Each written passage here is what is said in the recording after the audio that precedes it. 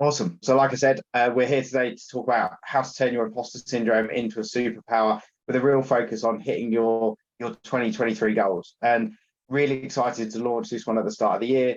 There's new year, loads of opportunities. So we'll get started. If you have any questions during it, please use the Q&A, not the general chat, because the general chat kind of gets filled up, and I'll make sure that we've got time for those at the end. So yeah, just use that and I'll make sure we spend some time to get to you. So with that, like I said, thank you very much for coming. And kind of why are we here today? And I put a poll out. Well, there was two reasons. Firstly, I put this poll out on LinkedIn and also to my email list. So many of you will have seen this or answered this. And as you can see, the response was clear that the most beneficial training that people wanted at the moment was around imposter syndrome. So I'm really excited to do it. But also, as we go through this, you'll see that some of the topics we cover will talk about work-life integration. They'll talk about time management and productivity and helping with tools for overwhelm and stress, because imposter syndrome, through my personal experience and through working with people, has an impact on so many different areas of people's lives. So it's a really awesome thing to be kind of talking with you. And then I just wanted to kind of recap on something else, that when I work with individuals and work with organizations, we look at what are the general trends and challenges people have. So the three that mainly come together are the inability to prioritize work or working too many hours, comparing yourself to others, so looking at other people's journeys compared to yourself. And the last one is just that, continuously chasing more. So that feeling of you need something more to be successful, and that often leads to stress. It leads to burnout. So does that kind of relate? Do people relate to that?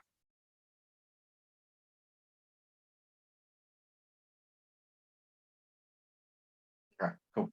I just want to make sure that I stay on track. So, and the reason that I like today's session, and I always like to look at things at a slightly different way, and lots of people talk about imposter syndrome as purely negative. So you'll see lots of books about it. You'll see a lot of people's content about imposter syndrome needs to go away, needs to stop. But there is no sort of 100% positive and negative. And what I want to do in this workshop is to see how you can take imposter syndrome and remove it from a limiter, and really see how you can leverage some of the traits of it to be your superpower.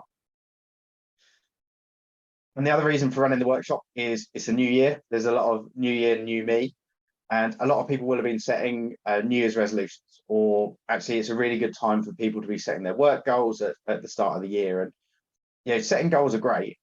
The challenge I always have with New Year's resolutions is it's usually from a very vague perspective, or it's usually from quite a negative perspective. So, I want to earn more money. So if at the end of the year you earn £1 more or $1 more, would you be happy? Because in theory, you've achieved that goal. Similarly, if you want to lose weight, if you lose a pound, lose a kilogram, are you really happy at the end of the year? So as we go through this session, try and incorporate that thought in. It's great to have drive and ambition, and New Year's resolutions are powerful as long as they're kind of structured in the right way. So before we get started, and you possibly don't care who I am, but I just want you to know that I'm not completely random. I've got a little bit of qualification to talk on the subject. So I'm Jeremy Cooper. I'm founder of Balanced Life, and we're a coaching and development organization. I've got 20 plus years working across IT, mainly in the pharmaceutical space, and worked my way up from entry-level engineer through to global leadership roles. And before they took my badge away, I was one of the UK's top 250 IT leaders. And I've had my fair share of imposter syndrome. One of the bits I go through is about myself, but also as a coach, a mentor, and an advisor with individuals and organizations. I've had that opportunity to work with people to see what people struggle with, what are the opportunities we can have, and how we can remove those limits from people. So hopefully that shows that I'm not just spinning it. So on to today's workshop. So the idea is I want to help you to understand what imposter syndrome is, because there's always a bit of a cloud around that. Some of the causes, some of the signs, whether that's for you or your team, and see how we can leverage it to really fulfill our goals. And just looking at some practical advice, how you can improve your performance through the positive sides of imposter syndrome. And then at the end, I'll do a quick introduction to the Balanced Life Accelerator, just so you know a little bit more about what I do. It's not a sales pitch. You cannot buy anything today. But if it's something of interest, we can then have a further conversation. So before I crack into the content, what are people hoping to get out of today's session? I want to make sure that I can be as relevant as possible if we need to customize anything for what your needs are.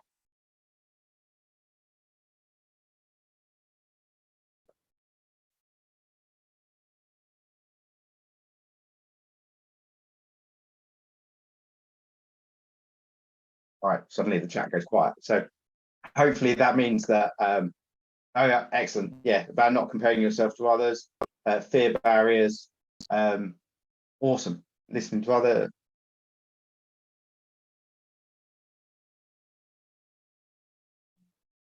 Wow, okay, awesome. So yeah, some good bits in there. There's a really, I just saw a bit about women in tech. So there's an interesting bit that I found talking to someone at 3 Mobile a couple of weeks back that was interesting on that space. So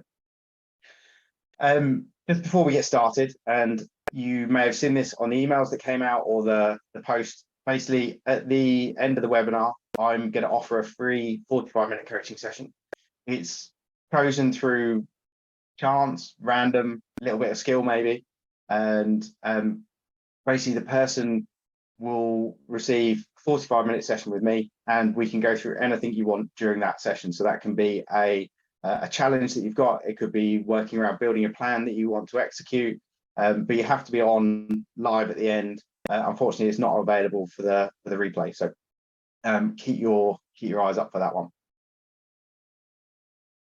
So before we get into imposter syndrome, and a quick reminder on goals. Now, a lot of people in the corporate world probably rolled their eyes as soon as they've seen these around SMART goals, but they are really important. Like I said, the sort of vague idea or a desire just needs that little bit more structure.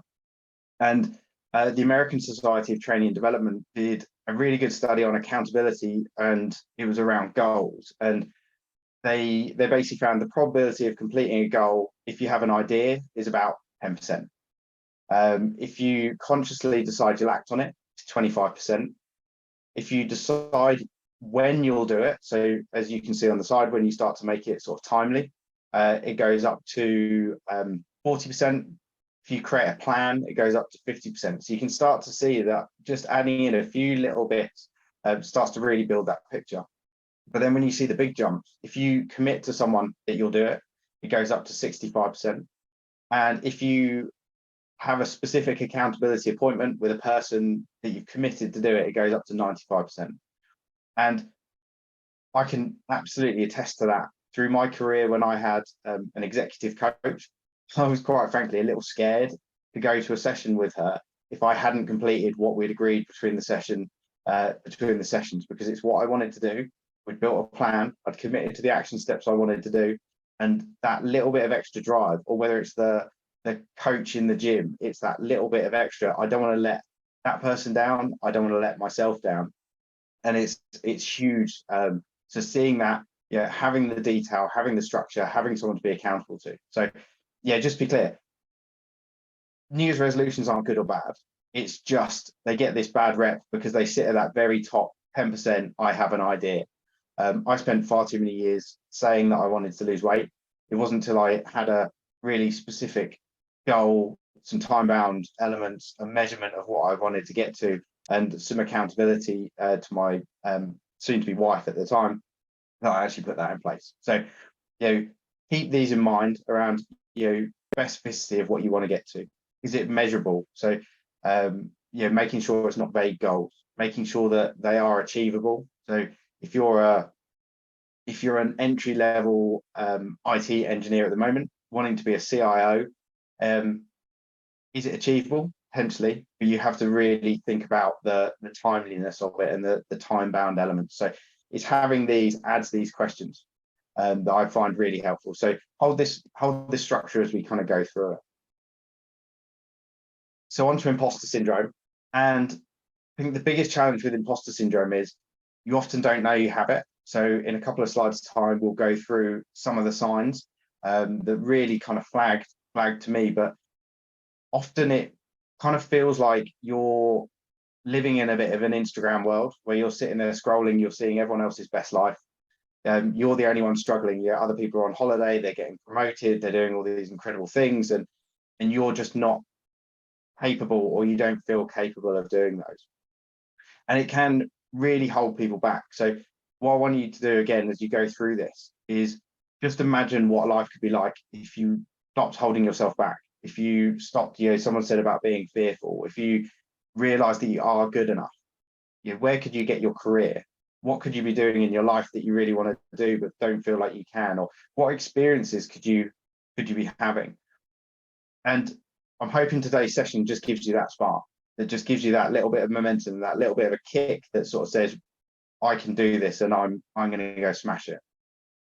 So with that, what is imposter syndrome? And I searched for a few good ones, found one on Wikipedia, which is not always the most reliable, but I like this one. And imposter syndrome, also known as imposter phenomenon or imposterism, is the psychological occurrence in which individuals doubt their skills, talents, or accomplishments and have a persistent internalized fear of being exposed as a fraud. And that last line, that's me. I always had this internal fear that I was about to get found out that I wasn't good at my job. So it didn't matter that I was getting good end of year reviews, that I was progressing well through my career. Every time my boss said, have you got 5 minutes? I thought I was getting fired, because I always felt like I was just lucky to be there, right place at the right time. And what I found from doing some more research is it affects a lot of high performers. So 70% of high performers are affected by imposter syndrome. And that's often because you set such high expectations on yourself, and coming from an IT and a scientific background, we're very ones and zeros. We're very logical. We're very sort of perfectionist, to want of a better word. And that feeling of it not being exactly right, or me saying at the start of this webinar that I literally couldn't start the Zoom meeting, it kept going into practice, and I'm sitting there thinking, I'm an IT guy, I should know how to do this. And that always nagging thing, it's like there's always gremlins in the system. There's always something that can be a problem with a science experiment, or with if you work in finances, sometimes the numbers don't work out because of rounding errors, and it can drive people crazy. And the reason people get affected is often in a situation where it's high challenge.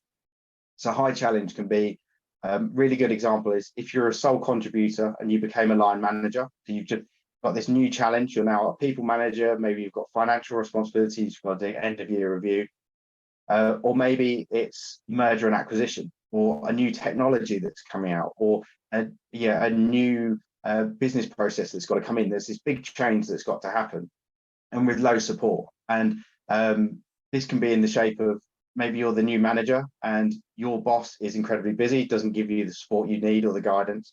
Maybe you haven't been on HR course that helps you with how to manage your team. And that adds a lot of fear, because there's this expectation of you should be able to do it, especially if you're a high achiever, you've always been able to do this stuff. Suddenly there's this barrier and you don't have that support, and you don't want to tell people that you're struggling. So what often you'll see is people will go back to the safety of what they were doing before. So whether that's procrastination, whether it's like sifting through their emails, like keeping themselves busy, but not doing the big new stuff. A lot of new managers end up doing the work that their team should be doing, because they feel like their measure of success was how many tickets they did or how many reports they wrote. Now it's how many their team does, but the fear drives you back to do the reports yourself. So, and that's something I always found as I went through my career. But does that sound familiar to people?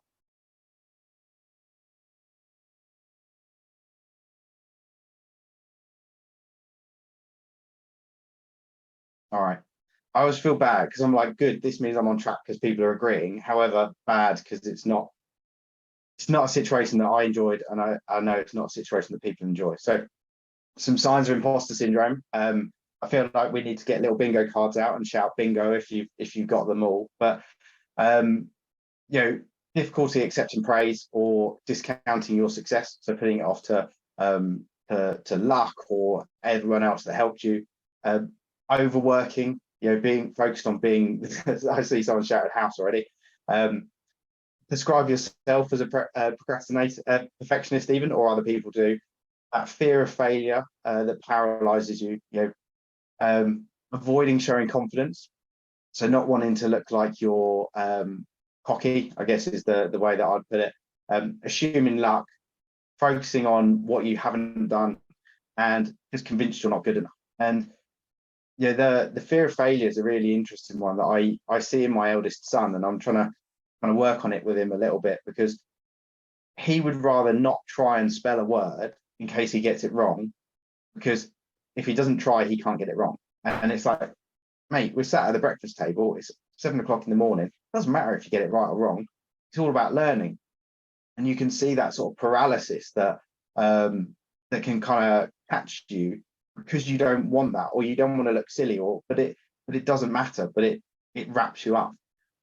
And the other one is, when I was in my sort of early stages of IT engineer, just moved into infrastructure, I started a blog called The Lucky IT Engineer. And I started it because I was convinced everything I did was just right place, right time. No one else could do it. Just lucky. Not that I was actually a really hard worker, or that I was very diligent, or all the positive traits that I had. It was all just put down to luck. And I wish I could find that and then sort of replay some of the bits that I'd written in there. I believe it got archived quite a long time ago. So how can we turn all this into a positive? Because it all kind of feels quite constraining. And I just want you to remember that everything in life, nothing is 100% positive, nothing is 100% negative. Take COVID. It was tragic for millions of people. We had restrictions on what we could do, our socialization. A huge amount of people were impacted, whether it was their health, whether it was their careers. But at the same time, there were positives. So I spent a lot more time with my family. I was able to reevaluate what I really wanted. And my youngest son in the red top, he learned to ride his bike without his stabilizers, which he would have done anyway at some stage, but he did it faster. But also he learned from his brother, which I think is really powerful. And it's a memory that they often come back for. So, whenever there is these negatives, it's like someone says it would be amazing to win the lottery. Yes, it would. But then there's these negative drawbacks around, some friends sort of change how they treat you, or there's a lot more responsibilities to do certain things, or people start to get bored because they don't have a challenge in their life. So it's remembering there's always these different elements. So what we're now going to do is, over the next, there's kind of 3 scenarios. So it's 3 things that often happen to people that are struggling with imposter syndrome. We're going to look at how we can take the traits and turn it into your superpower. So hopefully you'll find it as helpful as I have, even putting it together. So the first one is, the need to be perfect is burning you out. And this photo here is, I think some people will have seen it before, but this is me at my lowest point.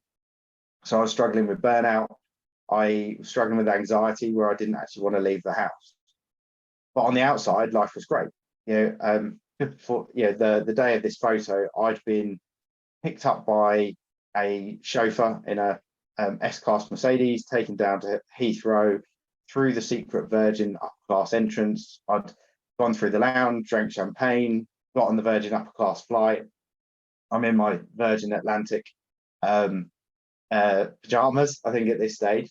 And I was an IT director working for a very successful Fortune 500 company. And I was traveling to the US like once a month, multiple trips around Europe.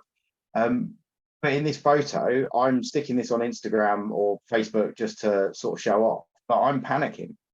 And I had worked myself so hard and focused so much on work, I basically had a bathroom anxiety. So I would be worried about needing the bathroom. Never had an accident, but I was always convinced. And this was me at my sort of panic, because the fasten seatbelt sign's about to go on. And that means you've got, 45 minutes at least until you can use the bathroom.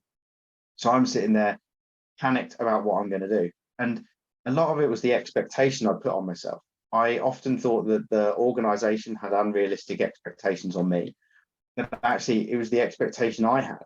I was convinced I wasn't doing a good job. So I'd work harder, I'd work evenings. I'd sort of feel like I deserved more than the other people around me, and I had to prove myself.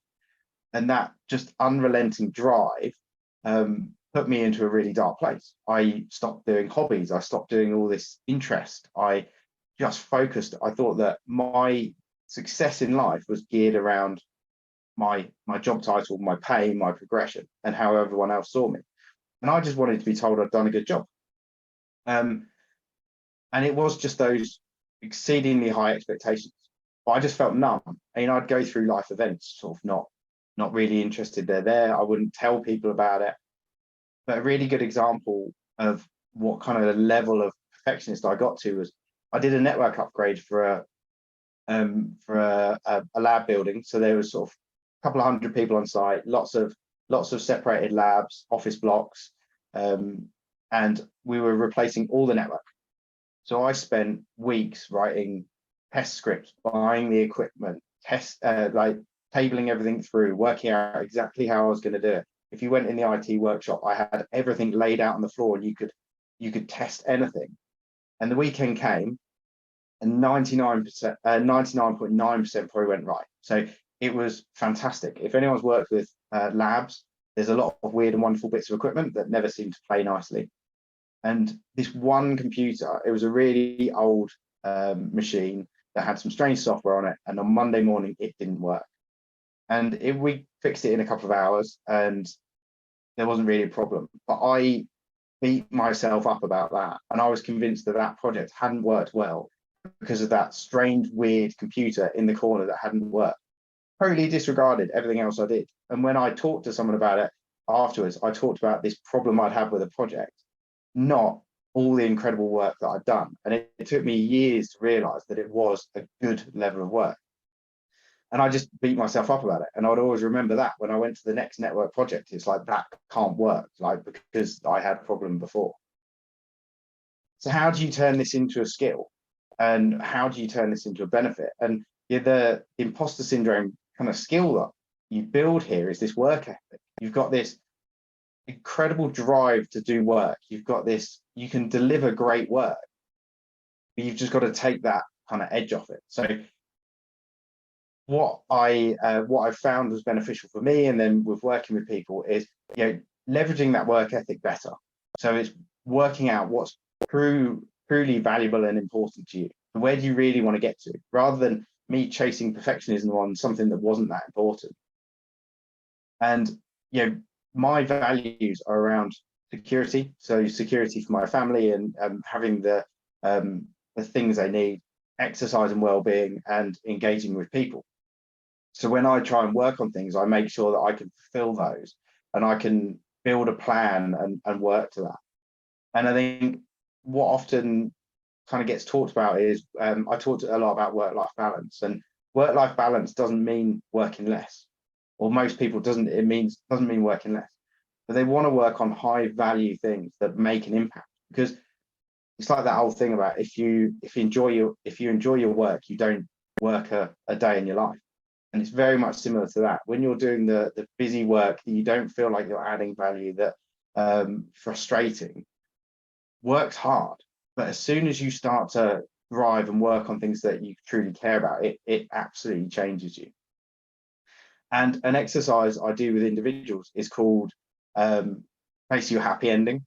And what we have people do is sit there and think, and this sounds morbid, but it's not, it's really powerful, is on your deathbed, what do you want to be remembered for? What do you want to have achieved? What legacy do you want to leave? And it's not from an ego perspective, but it's what do you want to be remembered for? So maybe it's building an amazing company that's helped people around the world. Maybe it's working for a healthcare company that works towards curing cancer, or maybe it's setting up your family so there's generational wealth.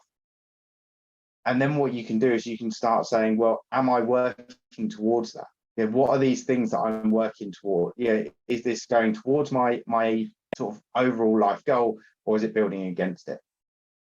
So it's remembering what do you want to have achieved? What do you want to be remembered for? And found an additional bit that really helped with like removing some of that imposter syndrome, like I said, around delivery, is building a list of achievements.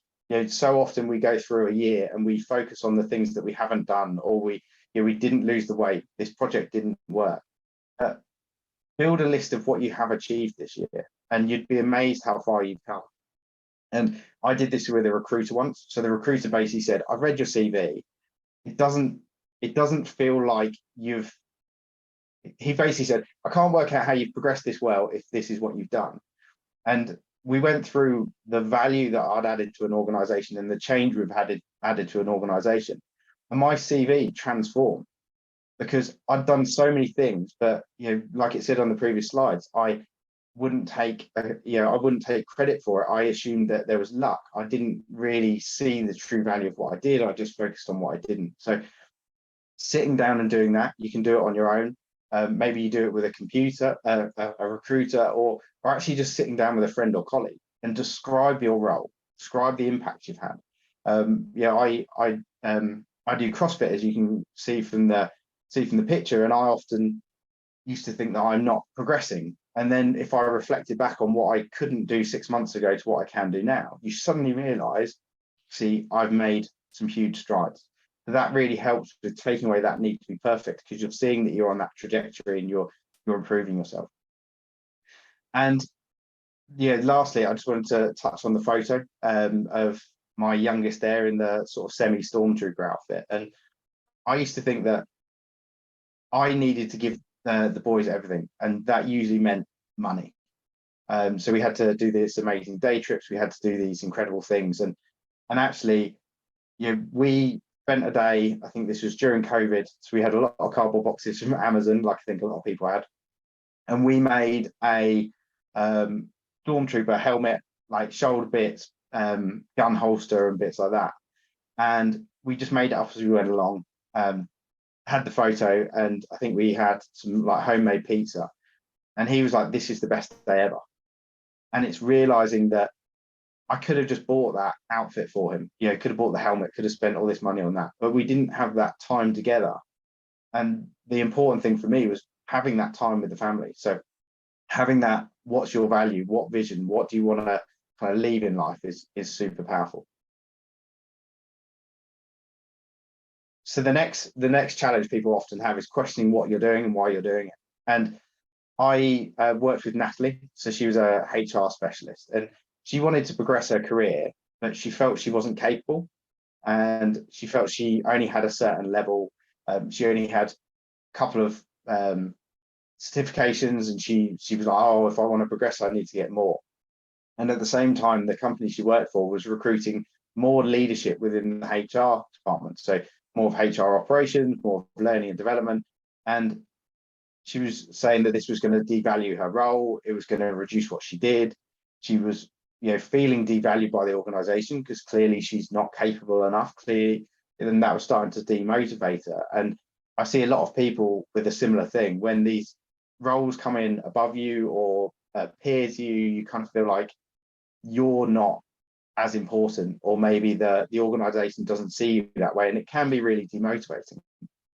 And she was really frustrated. She couldn't see an approach forward, and she felt like she didn't have any options or choices within the organization, and this was really holding her back, because she started talking about, where do I go now? And she really focused on what she couldn't do, not what she could do.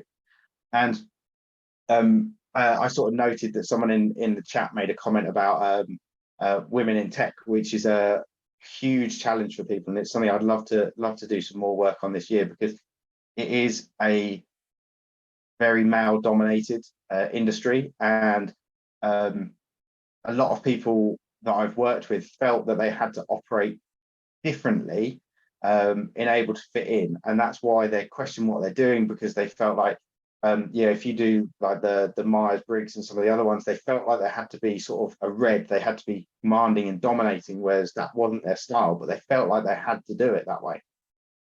And I was talking to someone from 3 Telecom, and yeah, imposter syndrome is really prevalent for women, but also this questioning your capability and not feeling good enough. And what some studies have found is if the female looks at a job specification and they don't have 100% of the things on the requirements list, they won't apply for that job, or they feel that the money's too much or the responsibility is too much, or they won't apply for it. Whereas a male quite often will read the top line and go, yeah, I pretty much got that, and they'll hit submit of their CV before they've even gone through it. And what you see is some of the most capable people aren't going for the jobs because they don't feel like they've got that whole list of things. And the recruitment industry drives me nuts because there's so many good people out there, and you're writing a list. It's like, I want an entry-level cybersecurity engineer that's got 5 years of experience. It's like, no, like that doesn't work. You can't have the two things. But they set these unrealistic expectations. So I was going to ask if this kind of sounds familiar to people, but I can see quite a few people kind of agreeing in chat. So again, hopefully that means we're on the right path here. Yeah, but as I worked with Natalie, yeah, we went through the scenario, and it was really clear she had some great ideas. She could really add some value, but she felt like she didn't have that opportunity because she'd looked at the job specs and she wasn't able to do those other bits. And people see this, whether it's for roles, whether it's for opportunities, whether it's even their leadership team saying, stick your hand up for this project. They're like, oh, I've never done that before. And another side of this is another client, he was basically saying, I've got a big house, I've got 2 wonderful kids, amazing wife, nice cars on the drive, good job, kids are in private school, and they have these wonderful holidays every year. And he was miserable. And he's like, I can't work it out, and I feel completely ungrateful because I'm miserable and I have all this thing. I have so much more stuff than most people in the world, yet I feel miserable.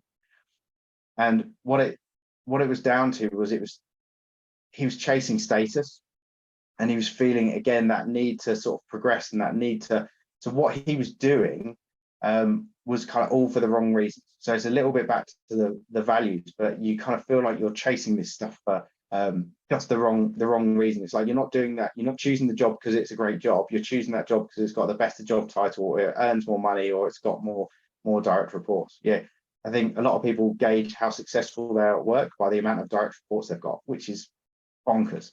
You soon learn the less direct reports you have, the better, because you can actually get stuff done and give opportunities to your team to kind of manage and run. So what can you do about it? Yeah, you should have uncovered some of your values and what you really want from life. And it's always easy to look at the successes of others, like I said, with the Instagram best life. So it's like, what do you want from your life? And start to, when you've got your end of year kind of plan, your happy ending, you know your values and vision, it's create that plan that aligns. And you're really great at working out options. You're really great at working out what's a risk and how you can kind of navigate around those risks. Because I was found with imposter syndrome, didn't want to fail, so I worked out all the possible things that could go wrong and kind of mitigated against it. And like I said at the start, remember to build the plan, because then you're 50% likely to hit that goal, whereas just that vague idea. Breaking it down into manageable pieces is really important as well. If you have this big goal, it's incredibly overwhelming. It can make you feel like you're not going to be good enough. But breaking those down into little steps that you can go forward. So say it's weight loss, it might be like, oh, I'm going to walk a little bit more, or I'm going to start to track my food. It doesn't have to be straight off goal of, I want to lose 50 pounds, 60 pounds. So with Natalie, we built a plan for approaching a boss. It was more of a sort of proposal, worked out what was in it for the boss, which is always incredibly important. If you need someone else's help, make sure there's something in it for them. Worked out what the value she could bring, the reason she wanted to take her role forward, and also what she wanted to be successful, because this showed what she wanted was clear, and also she'd actually thought about it. And she sent me an email just before Christmas to say that things had worked out quite well. I challenged the word quite. I think this is really good. She got promoted to a people partner, and the focus was on graduates, and that was exactly what she wanted. She didn't want to do the whole of the organization. She saw this area that she really wanted to focus on, set out a goal, and got exactly what she wanted. So remember to kind of break things down into manageable pieces and track your progress. Like I said before, about like making sure that you see your wins, making sure you see progress. And then the last one, and I think, most people probably stick their hand up as soon as I say that, but I don't have time. And this is more than just imposter syndrome, but imposter syndrome steals time like crazy. So you spend time on over planning, on not delegating out work because you want it to be perfect, maybe not delegating out work because you want to keep it close, so you have a role, you have a responsibility, so people need you. And if you delegate out, what are you going to do? And that's always something I had to work with my team on. It's like, you don't want to keep doing this mundane task. We can automate that. And they were like, oh, but if I do it, I'm needed, I'm worthwhile. And the problem is, when you don't have enough time, you spend the extra hours, and this starts to impact you physically and mentally. You wake up at night stressed about work. You wake up first thing and you're checking your email, and you're having to get, because you've got so much stuff that you need to get done. And if any of you have had kids or have kids, you'll know that when they're young, they take up a lot of your time, and they will wake you up in the middle of the night, and you'll go to work the next day and you're tired, you're grumpy, you're not able to perform at your best. And it's exactly the same when we do this to ourselves, that when we have that level of stress, it starts to impact other areas of our life. The skill here is you can do a high volume of work. You've kind of shown you can deliver, but you can build these great deals of plan, but it's just how to be more strategic about what you want to do and making sure it's the important things. So the best way to work on this, you've got your career and life goals, you've got your objectives, your values that you want to work to. It's how can you be effective? How can you be efficient? So build a routine that serves you. And I think that's really important. So not what the guru tells you. Like if Steve Jobs gets up at 5 a.m. Or someone high fives a mirror in the morning, that doesn't mean it works for you. But how do you improve your sleep, whether it's your exercise? Hobbies are incredibly important as well. Having something to master or kind of to give you that release, to give you a different kind of stimulus to work towards is incredibly powerful, rather than just feeling like your sole focus is kind of work. Starting to learn to prioritize, delegate, delete work. So what do you not need to do at all? So whether that's sifting through a lot of reports that never get kind of looked at, what do you need to prioritize to make sure it's done quick, so you can kind of feel like you're making progress? And what can you delegate to your team to make sure you're freed up and they're also getting some really good work? And and just improve. I mean, if I could give everyone one tip around improving your mood, is get a little bit more sleep. The amount of people that I've spoken to that have just improved their sleep by sort of 30 minutes, or the quality of their sleep slightly, huge changes in their life. Something I like to do is like habit trackers, to start to build healthy habits into people's lives, just to feel that little bit better each day without it being kind of overwhelming. So I'm just trying to, did you find that you are able to give others great advice on how to get over these things, but not seem to be able to take advice on board yourself?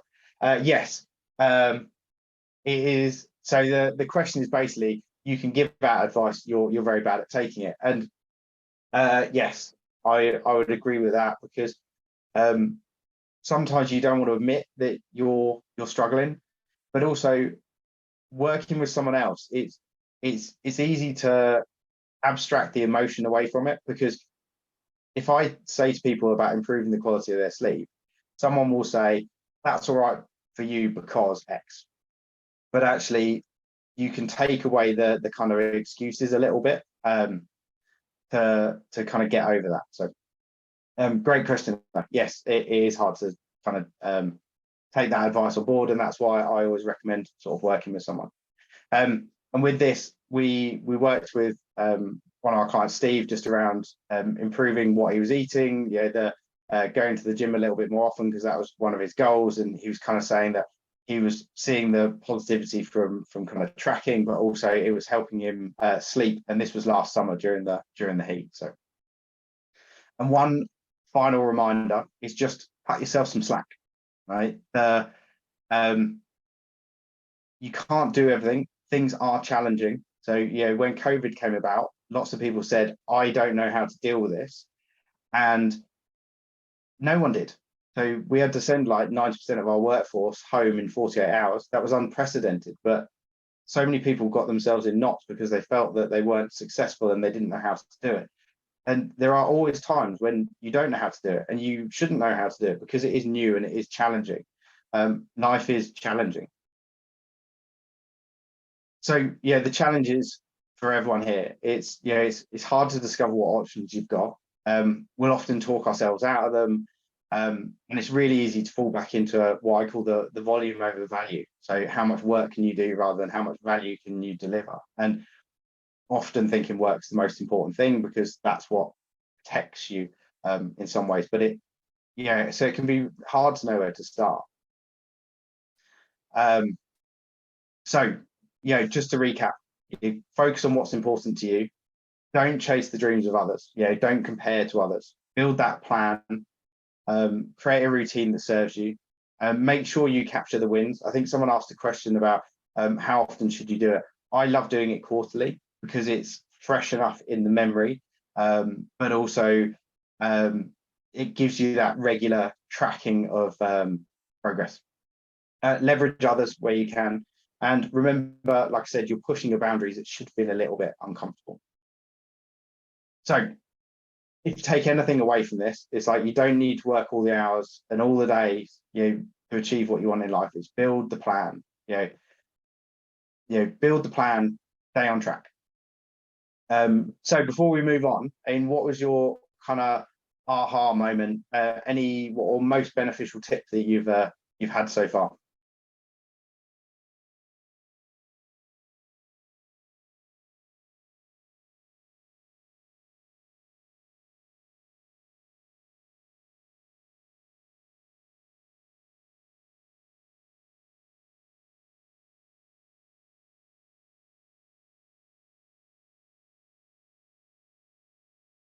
Yeah, no, a couple of people about habit tracking and like celebrating the wins. I think that celebrating wins is really important. And yes, cutting yourself some slack.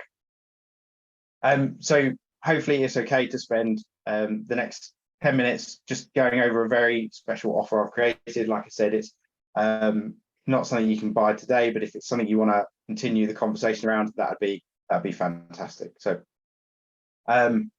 I hope you've had some benefit from this so far. And like I said, there should be a few minutes for Q&A at the end. So if you can drop your bits in the Q&A chat box, that'd be awesome. There's a couple in there already. We've answered one already as well. So, and sometimes it is just difficult to see what needs to change in order to be successful. We have these barriers or these perceived barriers that we have, and we don't know what path to take. We don't trust ourselves. So this is where I put together the Balanced Life Accelerator, and it's basically what I needed when I was going through my career. It's the support and tools that I needed. It's the process that I put in place to recover from when I was at my lowest point to being a high performer, but with balance.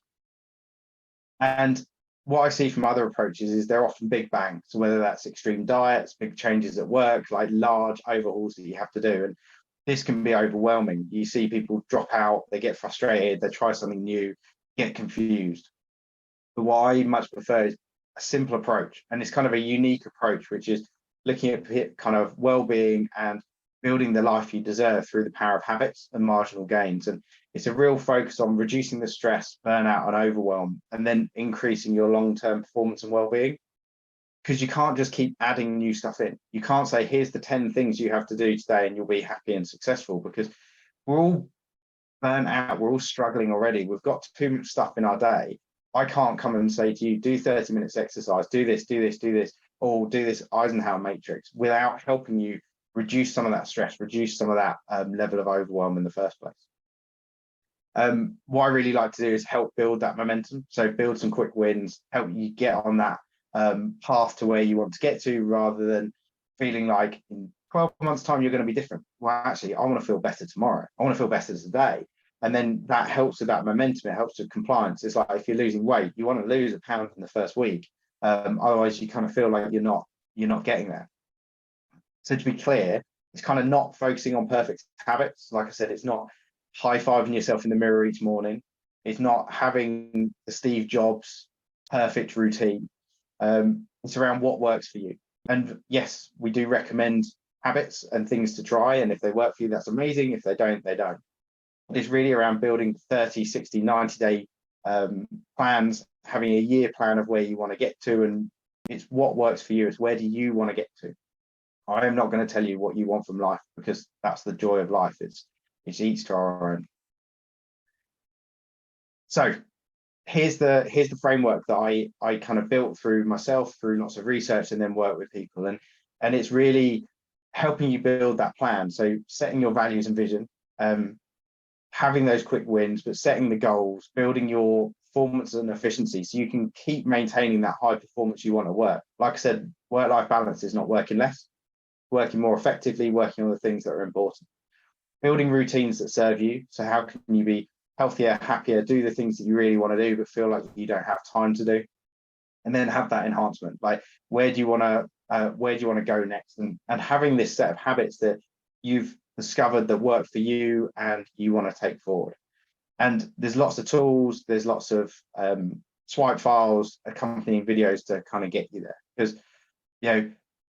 you often need that support to get yourself through. You need the help building the roadmap, you need the accountability. Like I said, sometimes you need to kick up the bum, you need the cheerleader, you need a little bit of a guide to kind of keep you on track, and having a kind of community around you as well. So this is kind of a new refresh program for this year. Last year it was a 6-month program. It was one-to-one, and it was a one-off payment of £4,000. So £4,000 for 6 months. Didn't include tracking, didn't include groups. I realized I needed more regular engagement. People needed more time to transform. Also the ability to tap into a community of like-minded people. So the Balanced Life Accelerator, like I said, there's not a link to buy today. That's not what I want to do. There's a link if you want to have a discussion. But basically it's a 12-month training program where we build the 30, 90, 1-year plans together. I think one of the most important bit is the coaching. So one-to-one monthly coaching sessions with myself, bi-weekly group drop-in sessions where you can check in, get back on track, ask about the content, ask about challenges you have at work in a safe space, and then access to the team for support, questions, accountability. And then there's access to tools and templates, video recordings. So there's a huge library of videos, whether it's around habits, whether it's around how to structure good goals, that can kind of accompany your journey. And like I said, the community to keep you on track. And like I said, before, this was something that we did for £4,000 for 6 months. It's now £247 per month for the 12 months. And this was really around having a price that people could afford, that they could see this life-changing goal. The big upfront was quite frankly prohibitive to a lot of people, and the way I've changed it is to make it longer term and with more support, a lot more high touch. So some of the successes we've had people started businesses, able to focus on their families, getting their career back on track, having that laser focus. So we had Sana, who was working for a job that was actually making her stressed. She was feeling ill about it. We worked with her to build a plan for what she wanted to do. She's now freelancing and earning over £6,000 a month while building 2 companies that are aligned to her passion.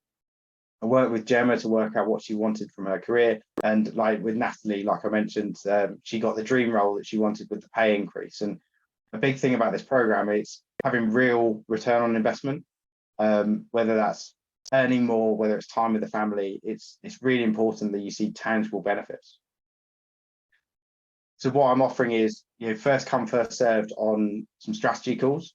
So this is just a opportunity to discuss what the what the program is, a little bit about where you are, whether it would be of benefit to you. So I'll drop that in the chat now. So if people want to do that, it's no obligation. If you have the call and it doesn't work for you, I'm just happy that you've added some value today.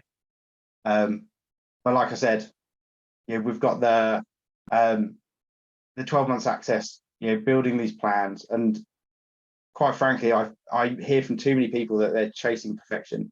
They come home stressed, they snap at their kids, they search for a drink and look at YouTube or look at Instagram for just that escape from life. Then they're just looking at enjoyment. So really this is around, if you got promoted because that was part of your plan, would this be worth the investment? Or maybe it's time with the family, maybe it's reducing the amount of stress, maybe it's being able to go on holiday and not having to check your email. That's what I want to help people have that true life balance. Like I said, the thing that I wished I had. So before I go into Q&A for the last few minutes, like I said, I'm offering a free coaching session. So on the next slide, I have a number between 1 and 9. And all you have to do is drop in chat what number you think it is. So between number 1 and number 9. And I'll scroll back and check the first person that got it correct. And they win a free coaching session. So I'll just give you a second for everyone to vote in. When I did this the other month, literally the first person that replied got it right. So it was always good. All right, so the answer is 3. So let me just quickly scroll back. The first person I have, I was quite far down on this one. There's a lot of 7s. It was 7 last month, and I got told that most people go that. So it's apologies if I butcher the name. It's Zahra, Zahra. So congratulations. I will send you a link to book that through. I'll also have a look through. If there's only a couple of other 3s, I'll actually send you all a link. I'm feeling very generous today, so just don't tell my accountant, and we'll run these free coaching sessions. Like I said, they're all focused on you. So anything you want to get out of that session. So we've got 5 minutes left. First of all, thank you very much for your time, everyone. I really appreciate it. I know it's very early for some people, it's lunchtime for others. So just dip into the Q&A session. So the first one's really easy. Will the session be sent out as a recording? Yes, it will.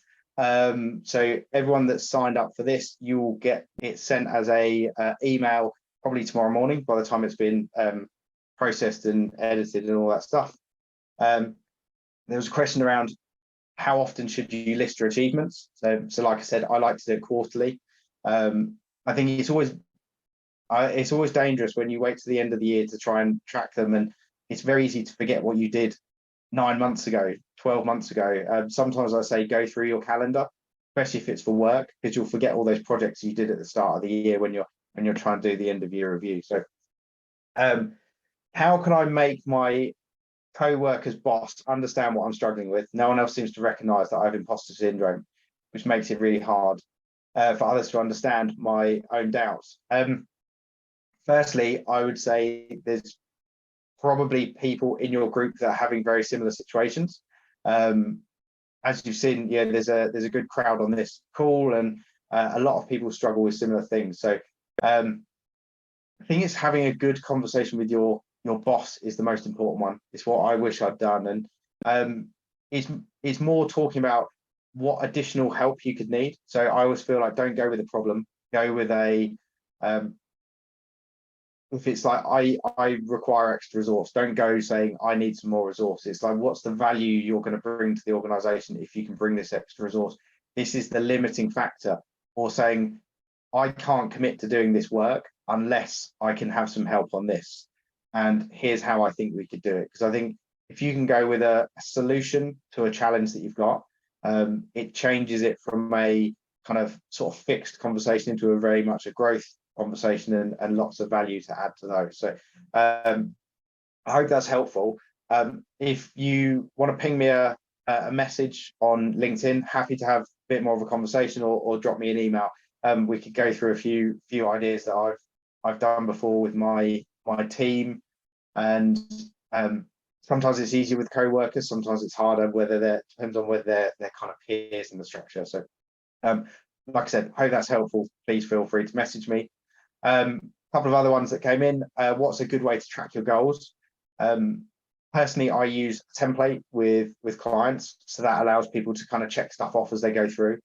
At a real simple level, post-it notes. So I know it sounds really trivial, but if you put a post-it note on your screen, it's great as a visual reminder. So yeah, a lot of the work I do is around habits, and one of the things is make it visual and make it visible. So make it real obvious. So if you've got one of I don't know, daily walks. So having a note on your bathroom mirror that says go for a walk, or just something that can remind you. If you need to eat more fruit, put the fruit in the dining room or on the kitchen table, not in the bottom of the fridge. And then the other one, what if I really don't know what I want? And this can be a real challenge, because we probably spend a lot of time looking at what everyone else has got, what everyone else is doing, and kind of feeling I want that job title. What I did with Gemma was focused on her non-negotiables. So what does she have to have or not want? So it's a bit more vague, but it's understanding what are your non-negotiables. So they may be, say you wanted to go for a new job, you're not quite sure what you want to do. Having your non-negotiables are like, hey, do you want to work 100% remote? You want hybrid? You want to be in the office? So one of your non-negotiables might be, I want 100% remote. Like, fine. Or it might be the industry you want to work for, or what's the lowest salary you'll take, or maybe it's your commute time. I want a hybrid work, but I don't want to have to commute for 3 hours to get into London. Okay, so what's your commute? 1 hour, right? So when a job offer or job role comes up, you can say, does this fulfill where I want to get to? And that can be a really good measuring stick for where your kind of limits are, even if you're not sure of the exact thing that you want. So, and I think that's all the questions. Yeah, if anyone has any follow-ups, like, please feel free, send me a message. I'd much rather help you than feel like you didn't get your question answered. So either LinkedIn, emails. And I just want to thank you. I really enjoyed this session. I hope you got a ton of value out of it, and thank you for being such an engaged group. So with that, have an amazing day, and speak to you all soon. Thank you.